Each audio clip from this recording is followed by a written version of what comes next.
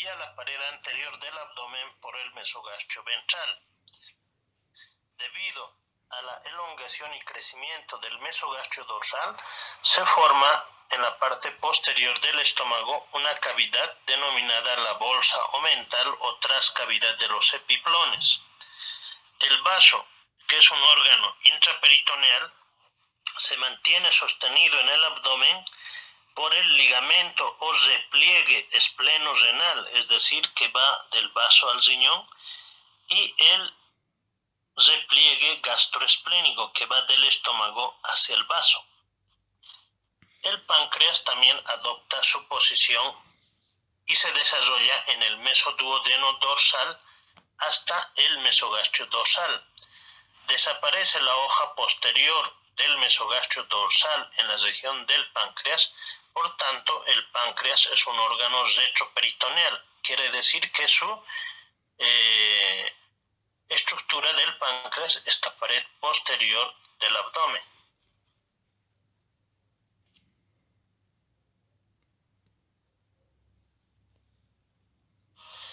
Continuamos con el estómago. El mesogastrio dorsal crece, adquiere doble hoja y se extiende sobre el colon transverso y el intestino delgado a manera de un delantal, formando el epiplon mayor. El epiplon menor y el ligamento falciforme del hígado se forman del mesogastrio ventral, la cual a su vez deriva del septum transversum y forma el peritoneo del hígado y el ligamento falciforme, que posteriormente va a ser el ligamento redondo del hígado, además del epiplon menor. El borde libre del epiplon menor contiene al ligamento hepatoduodenal, el cual va a estar formado por la tríada portal, es decir, contiene al colédoco, la vena porta y a la arteria hepática. Además, el borde libre del epiplon menor va a formar el agujero epiploico de Winslow. En esta diapositiva podemos ver justo donde está el estómago al mesogastrio dorsal y la bolsa omental, en la región del duodeno el mesoduodeno, en la región del colon el mesocolon y en la región del intestino delgado el mesenterio propiamente dicho. También podemos observar el omento mayor o la bolsa omental mayor a manera de delantal en la figura B. Podemos ver también en la figura A al hígado, al ligamento falciforme, al estómago, al omento menor, a la bolsa omental o trascavidad de los epiplones, al mesogastrio dorsal, al vaso y al riñón. Y en la figura B podemos identificar al repliegue gastroesplénico, que va del estómago al vaso, y al repliegue espleno-renal, que va del vaso hacia el riñón. Dentro de la parte clínica tenemos a la estenosis pilórica. La estenosis pilórica se debe a una hipertrofia de las capas musculares circular y longitudinal del esfínter pilórico del estómago. Esta anomalía se puede presentar durante el primer mes de vida, inclusive desde los 20 días de vida. Se va a caracterizar porque esta hipertrofia de este esfínter pilórico no va a dejar pasar los alimentos del recién nacido. Es así que un síntoma va a ser precisamente los vómitos explosivos, que pueden llegar a 15, 20 vómitos, inclusive producir una desnutrición en el recién nacido. El tratamiento de la estenosis pilórica es quirúrgico, es mediante una cirugía. Lógicamente también, si no es grave, pueden aplicarse tratamientos posicionales en el recién nacido, algunas gotas antieméticas y también leches que existen en nuestro medio que no producen reflujo. El duodeno adopta la forma de una C, ocupando el lado izquierdo de la cavidad abdominal. El duodeno y el páncreas quedan en una posición retroperitoneal, es decir, que quedan adosados a la pared posterior del abdomen. La luz del duodeno, que en un principio era sólido, vuelve a canalizarse recibiendo ramas del tronco celíaco y la arteria mesentérica superior.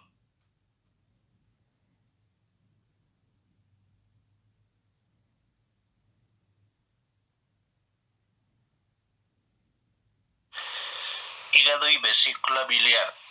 A mitad de la tercera semana aparece el divertículo hepático de la porción distal del intestino anterior. Posteriormente se introduce en el septum transversum y se forma consiguientemente el conducto colédoco, la vesícula biliar y el conducto cístico. Los cordones epiteliales se mezclan con las venas ónfalo-mesentéricas y umbilicales y forman los sinusoides hepáticos, los cuales van a formar posteriormente el parénquima del hígado, formado por los hepatocitos. Las células hematopoieticas del hígado, las células de Kupffer y las células del tejido conectivo derivan del mesodermo del septum transverso. Asimismo, el epíplon menor y el ligamento falciforme del hígado dan lugar al mesogastrio ventral. Existe un área, la cara superior del hígado, que está adosada completamente al diafragma y no existe mesogastrio en ese lugar, no hay desarrollo de mesogastrio, por tanto se denomina área desnudo hígado. A la 10ª semana, el hígado ocupa el 10% del peso del feto, debido a que tiene una función hematopoietica temporal, es decir, producía los elementos de la sangre en forma temporal. A las semanas se forma la bilis.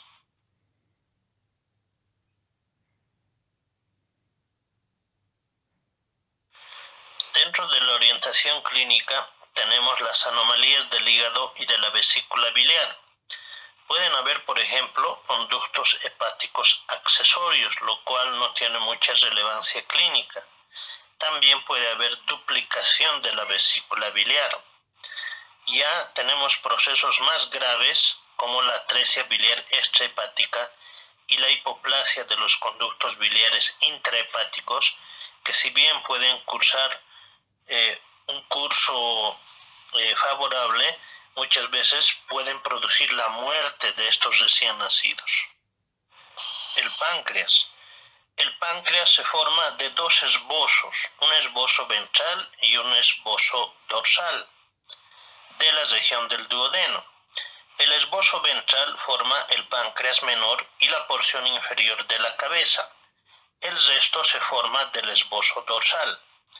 La porción distal del conducto pancreático dorsal y la totalidad del conducto pancreático ventral forman el conducto pancreático de Wirsum o conducto principal, y la porción proximal del conducto pancreático dorsal forma el conducto pancreático accesorio o de Santorini, los cuales respectivamente desembocan en la papila mayor y en la papila menor si va a existir. Asimismo, el páncreas tiene islotes pancreáticos o de Langerhans. Se originan del parénquima del páncreas. Al 5º mes, el páncreas, que es un órgano endocrino, no solamente segrega enzimas para el metabolismo de grasas y carbohidratos, sino que también segrega hormonas, como por ejemplo la insulina, que es una hormona hipoglicemiante, o el glucagón, que es una hormona hiperglicemiante, además de la somatostatina. Finalmente indicamos que la hoja esplásnica forma su tejido conectivo del páncreas. En esta diapositiva podemos ver de celeste a la yema ventral del páncreas y guindo a la yema dorsal del páncreas, los cuales posteriormente se van a adosar entre sí y formar el páncreas. Anomalías pancreáticas. Muchas veces o algunas veces durante la migración del esbozo pancreático dorsal y ventral, estos no siguen su curso natural y pueden desviarse, ocasionando un páncreas anular, comprimiendo la región del duodeno. También puede haber tejido pancreático accesorio desde la región del esófago hasta el intestino posterior, pero generalmente se ubican en la región del estómago y el divertículo de Meckel. Hablaremos del intestino medio. El intestino medio se comunica con el saco vitelino por el conducto ónfalo-mesentérico o vitelino. Comienza en la desembocadura del colédoco con el duodeno y termina en la unión de los 2/3 derechos del colon transverso. Está irrigado por la arteria mesentérica superior. Durante su formación, el intestino medio forma un asa intestinal primitiva, que va a tener dos ramas, una rama cefálica y una rama caudal. La rama cefálica forma la porción distal del duodeno, el yeyuno y parte del ilio, y la rama caudal forma la parte inferior del ilion, el ciego, el apéndice, el colon ascendente y los 2/3 derechos del colon transverso. En esta diapositiva podemos ver justamente la rama cefálica del asa intestinal primitiva y la rama caudal.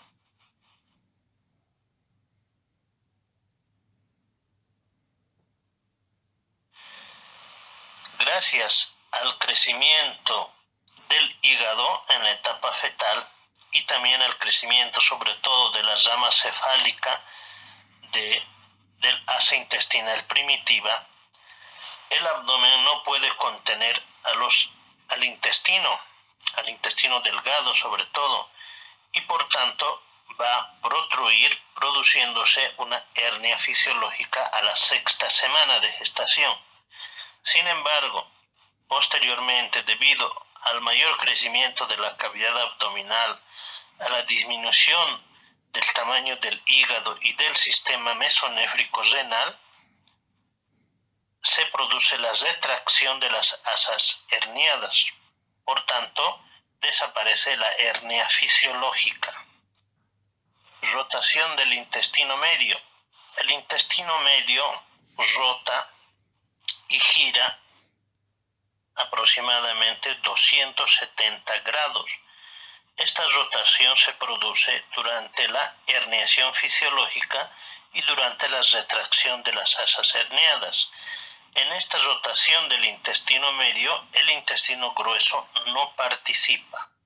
Ciego y apéndice. De la región del ciego brota la yema cecal.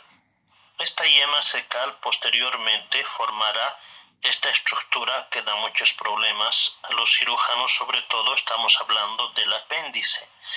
Como este apéndice se forma durante el ascenso del colon, muchas veces se ubica en una posición retrocólica o retrocecal.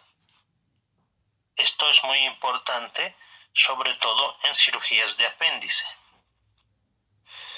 El mesenterio de las asas intestinales van a tener cambios en su posición. Sin embargo, el mesenterio del intestino medio y posterior permanece como una sola entidad.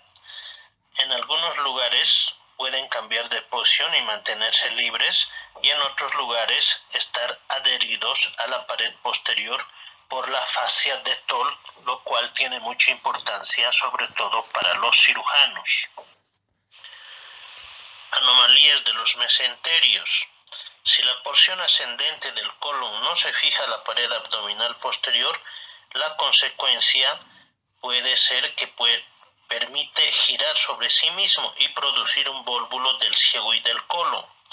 De manera similar puede haber la formación de sacos o bolsas retrocólicas en la región del colon ascendente. Finalmente, cuando algunas porciones del intestino delgado quedan atrapados por detrás del colon ascendente, se forma una hernia retrocólica. Dentro de la orientación clínica tenemos algunos defectos de la pared corporal. Ejemplo, el onfalocele, como vemos en esta diapositiva. El onfalocele implica la herniación de las vísceras abdominales por un anillo umbilical agrandado. Las vísceras, en este caso el hígado, los intestinos delgados, el grueso, el estómago, el vaso, la vesícula biliar, se mantienen cubiertas por el amnios, por una membrana amniótica. El origen de este defecto es la incapacidad del intestino para regresar a la cavidad abdominal tras su herniación fisiológica en la 6ª y la 10ª semana. Puede diagnosticarse in útero mediante una ecografía. El onfalocele tiene una incidencia de 2.5 por cada 10.000 nacimientos y se relaciona con una tasa elevada de mortalidad en un 25% y otras malformaciones graves o cromosómicas.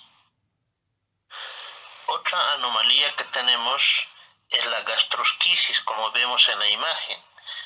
La gastrosquisis es la protrusión directa del contenido abdominal hacia la cavidad amniótica por un defecto de la pared corporal. Generalmente se desarrolla al lado derecho del ombligo. Es probable que este defecto se deba al cierre anormal de la pared del cuerpo alrededor del pedículo de fijación. Las vísceras no están cubiertas por el peritoneo y el amnios, y el intestino puede dañarse por exposición al líquido amniótico. También puede declisis por ecografía. Su incidencia es 1 en 10.000 nacimientos, pero su frecuencia va en aumento, sobre todo en mujeres jóvenes menores de 20 años. La razón de este incremento se desconoce. A diferencia del onfalocele, la gastrosquisis no se relaciona con anomalías cromosómicas, por tanto su pronóstico es muy bueno. A pesar de esto, el vólvulo, rotación del intestino, que induce compromiso de la irrigación sanguínea, puede necrosar regiones extensas de intestino y causar la muerte fetal. Anomalías del conducto ónfalo-mesentérico o vitelino. En el 2 al 4% de algunas personas puede formarse el divertículo de Meckel, que es una persistencia de parte del conducto vitelino. Este divertículo de Meckel puede no dar síntomas, o si tiene remanentes de tejido pancreático puede ulcerarse o perforarse. También pueden formarse a veces quistes, como vemos en la figura B, quistes con líquido, el quiste vitelino.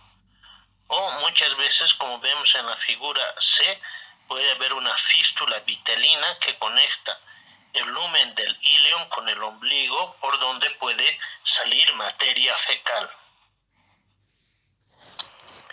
También dentro de la parte clínica puede haber defectos de la rotación intestinal, o puede haber una rotación anormal del asa intestinal, lo cual puede producir un vólvulo.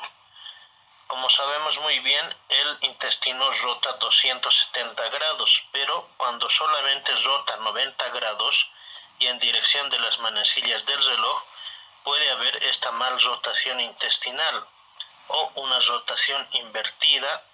Asimismo puede haber duplicación y formarse quistes en la región del intestino. Las atresias y estenosis del intestino. Estas pueden presentarse en cualquier lugar del intestino. Sin embargo, pueden ser más común en la región del duodeno, esto por la no recanalización del duodeno. O también pueden presentarse en el yeyuno ilio debido a anomalías vasculares. Por tanto, es muy importante la frecuencia de estas anomalías. Estamos hablando de las atresias y estenosis de intestino. El tratamiento obviamente va a ser quirúrgico.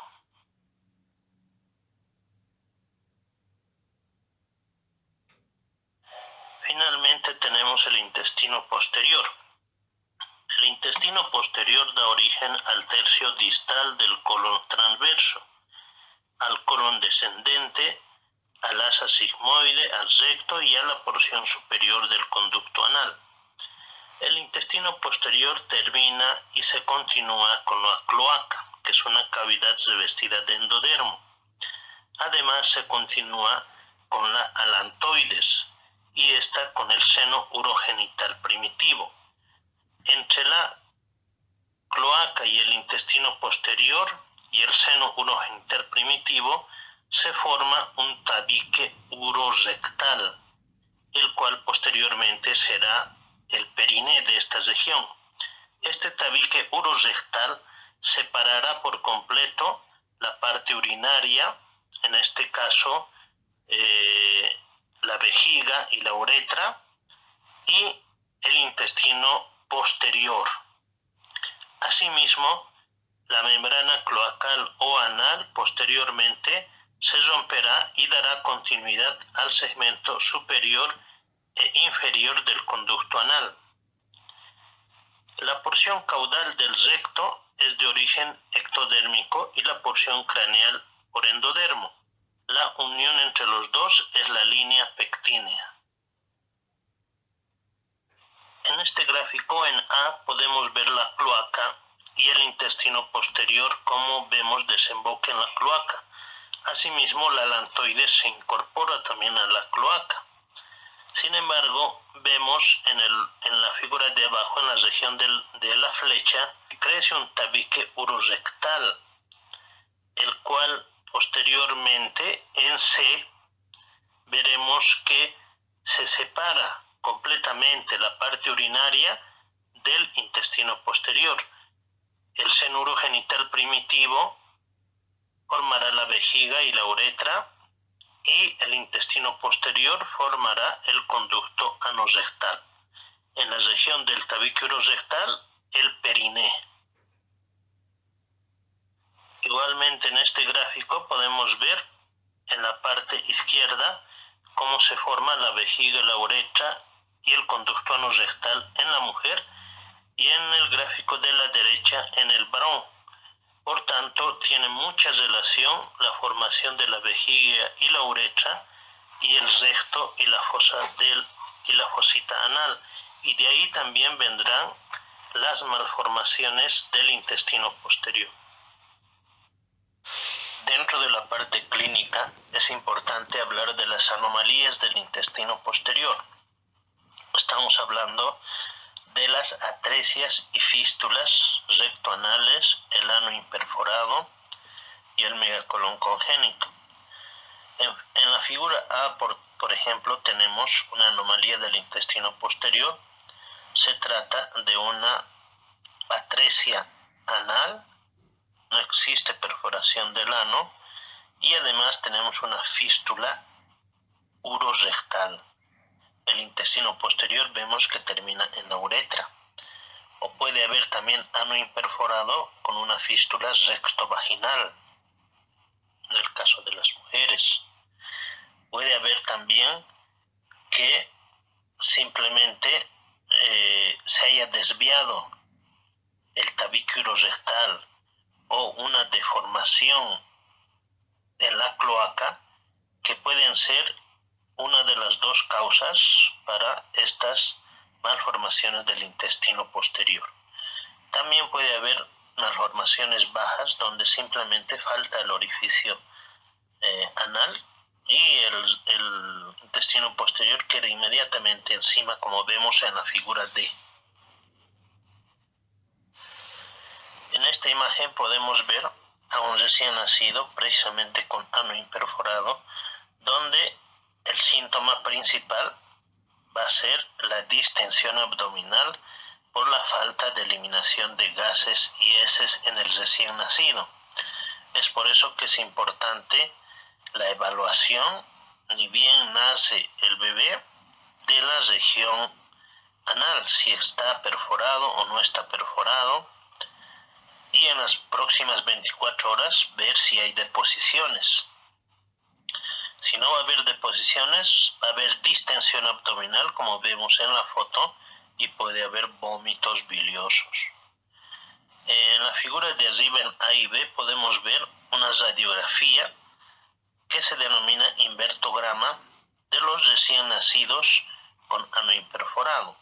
Esto se hace con el fin de diagnosticar si la malformación es alta o es baja y para ver hasta dónde llegan los gases, considerando una moneda o algo de metal que se ubica en la región donde iba a estar el futuro ano, para así poder identificar esta malformación. Otra anomalía del intestino posterior es el megacolon congénito o enfermedad de Hirschsprung. Esta enfermedad es producto de la ausencia de ganglios parasimpáticos en la pared intestinal. Es un megacolon aganglionar.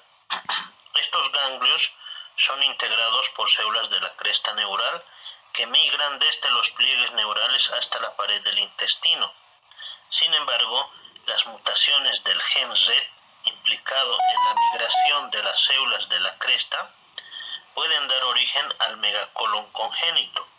En casi todos los casos el recto está afectado y en 80% el defecto se extiende hasta el punto medio del colon sigmoides. Solo de 10 a 20% se afectan los segmentos transverso y ascendente del colon y en 3% se afecta todo el colon. Como no existe ganglios en esta región, no va a haber un peristaltismo normal, por tanto, un síntoma principal del megacolon congénito precisamente es el estreñimiento congénito. Un estreñimiento que puede durar 1, 2, 3 días e incrementarse si no recibe tratamiento hasta una semana, 10 días sin poder hacer deposiciones este niño o niña. Por tanto, es importante su diagnóstico y su tratamiento.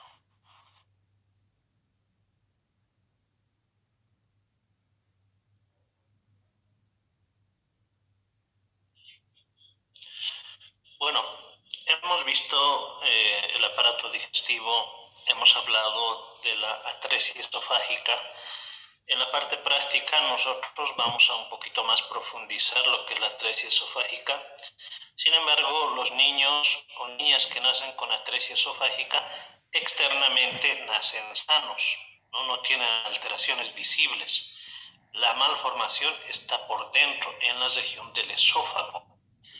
Entonces, el esófago, en vez de bajar desde la boca hasta el estómago, al bajar queda en un saco ciego y pierde conexión con el extremo distal.